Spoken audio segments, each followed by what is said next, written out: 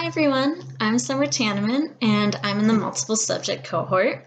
For my learning plan assignment, I decided to learn about this really cool website slash app slash Google Chrome extension called Noisli, which is designed to increase productivity by providing users with background or white noise while they work on other tasks.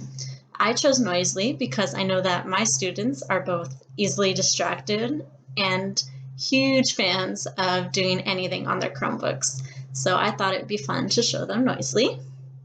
Looking back on my learning process, I feel like it was very easy and intuitive for me to learn how to use Noisli, but I also wonder if it was just easy for me to learn it because I am what our readings would call a digital native. On a similar note, Chapter 11 in our EDU textbook touched on this idea that people like me who are part of the net generation tend to just take technological knowledge as a given. So though I had originally thought I would base my Noisli learning plan around the students in my classroom placement, I realized it might be better to base my plan around someone who is not a digital native, someone who is not as familiar with technology, someone like my RT who is 71 years old. So basically, I try to only use tools that I felt like my resident teacher would be able to use and understand.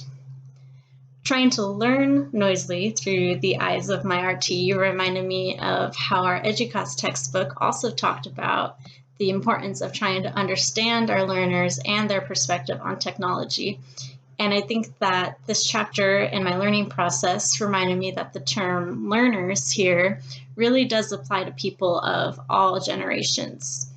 As teachers, we're always going to be learners, especially when it comes to technology, since it's always changing.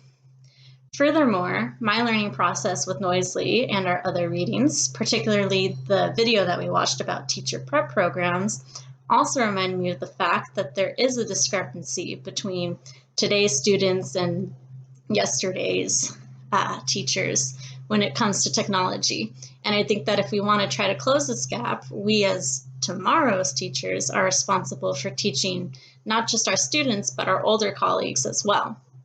So ultimately, I think that the combination of our course materials and my journey of trying to learn Noisli through the eyes of my RT has taught me that we need to have both patience and empathy when it comes to trying to teach our students and our fellow teachers about technology.